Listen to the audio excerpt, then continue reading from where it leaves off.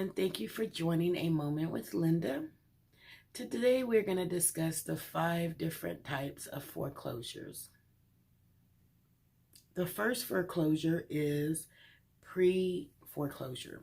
A pre-foreclosure is when the property is typically 30 days or more and it end up being on a foreclosure list. And you can obtain this by going online. I know and I'm going to put the links below, that you can pay like $1 and go by zip codes if you want to look at multiple different places, or you can go to your local title company and ask them if you can get the pre-foreclosure list. Now, you may want to, bargain with them and let them know that, when you find houses that you're going to use them as your title. The thing you're going to do on these properties is these are perfect sources for real estate agents as well as buyers. Now, these properties are usually distressed owners that usually something's happened in their family why they can't pay their mortgage. So please tread lightly on that. And if they let you in the house to look around, please always respect them. Ask them what their goals are, how much money they're trying to get out the house, how much do they owe with all of their fees and late fees, and do they owe any back taxes? Do they owe the HOA? So you need to make sure that it's not just the mortgage we're talking about. So those are the key things that you need to look at.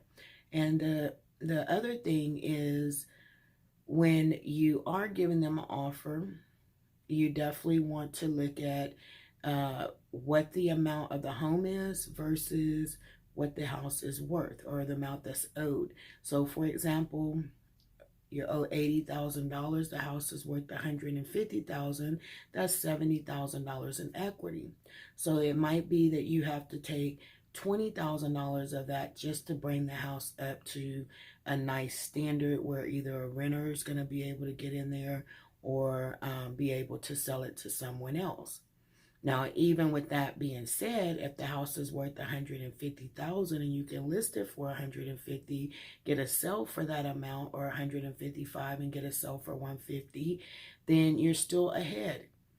So at that point, you definitely want to ask the homeowner that, have they received a default letter? And if they have, can you look at it? Because that's going to tell you the time period that this person has to sell this house. If they have not received a default letter, then you're in good position.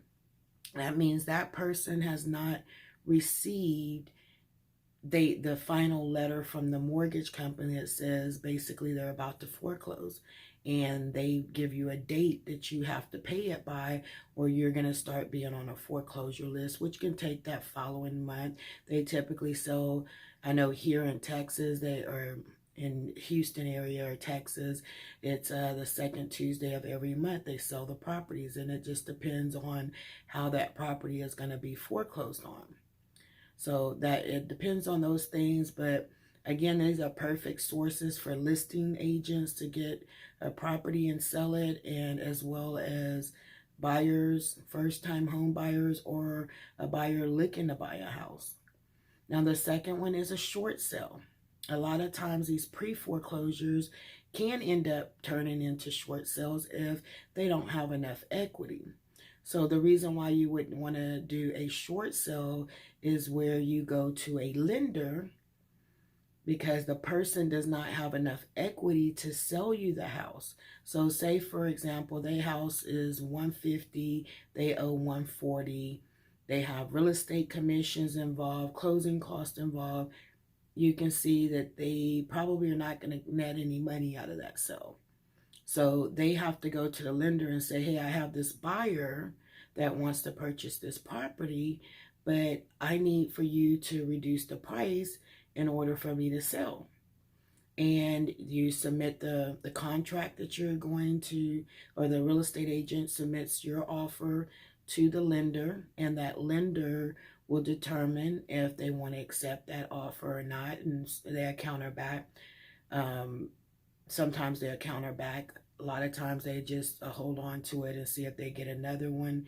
but this process can take a little bit longer. So if you're in a rush to close and you have to be out of your place, you may not want to do a short sale unless you can work out a deal that you where you stand at or something of that fact, that you're not in a rush to close on a property, because the short sales a lot of times can take a little while because the bank has to go through a lot of red tape to get this approved. But I have seen them go as quick as a week, and I've seen them hold the property or hold the contracts 60 days. So, and then they accept it. You just can't, and I think it has to do with the workload. So with that being said, just keep that in mind on these short sales. You are getting the third party. It's not just the owner accepting it. Now it is the lender accepting it. There's going to have to go through a couple of departments before it's finally accepted. And I have had it where the main contact person does tell the listing agent we're going to sign off on it, and that they're going through that actions. So a lot of time on the short sales, those are the short sales are typically in the MLS listed as short sales, or you find out once you get the offer. It just depends on where that person is. If it's a pre-foreclosure and they listed it like that, just listed as a regular listing, and then they start realizing the offers are coming in lower, and now it becomes a short sale. But a lot of times you can get these properties at good prices. The lender's not necessarily trying to be a landlord. They're definitely not trying to own property and liquidate it. That's more departments that they have to fund. So they prefer to liquidate that property, and that's been my experience. So the other one is going to be the sheriff sale auctions. Now, this is when a property or the lender has notified the borrower of default and has allowed the grace period of the borrower to catch up on their payments. Now, these auctions often occur on the city courthouse steps, and they're managed by local enforcement or trustees. The property is auctioned to the highest bidder. Now, a lot of times you have to go multiple times, and there's a lot of people, a lot of investors out there that's trying to get these properties, and everybody's in different financial situations, so it might take multiple times before you can get a property where you want it and for the price you want it or in your budget. So don't get discouraged if you are not able to win the bid.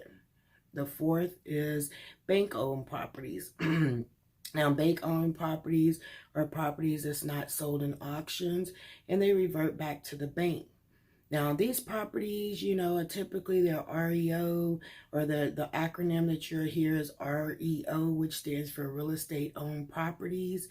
And Realty Track have extensive listings of such bank-owned properties that you can search by the city, state, and zip code. Now, I am going to have these in the links below where you can copy and paste it and go take a look at those. But those are also good foreclosure lists that you definitely want to check. By the way, please smash that like button. Please subscribe.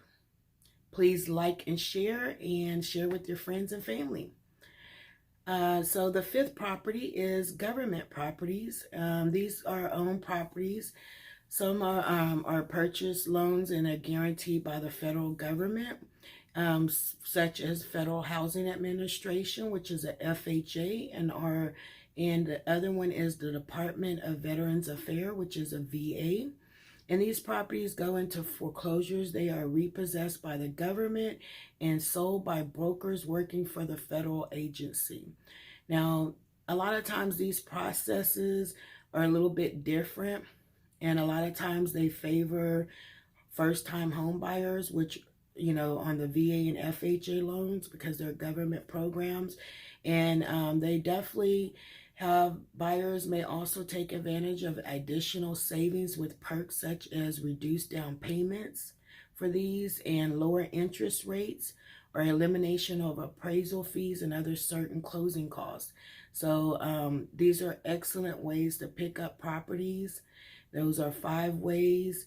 And one thing I'm going to tell you about properties on the loan side of it, on the REOs, a lot of times the private lenders get a little skittish, so you may have to go with Freddie Mac Homepath Ready Buyer Program or HomeSteps program through Freddie Mac to obtain loans for these. And for properties that have extensive work that need to be done, you might want to take a look at the 203K loan. And this is usually best option for some properties that have structural damage, and it's going to cost over $5,000 to repair it is the minimum. And they do have FHA limits on it, so it just depends by the county. And then additionally, you have to pay for an independent consultant that to inspect the property and verify the works meets the program guidelines. So I hope this information was helpful to you. I gave you all the information on the different type of foreclosures and how you can purchase them, and also some of the loan programs that's out there to help you purchase those. I hope you enjoyed it.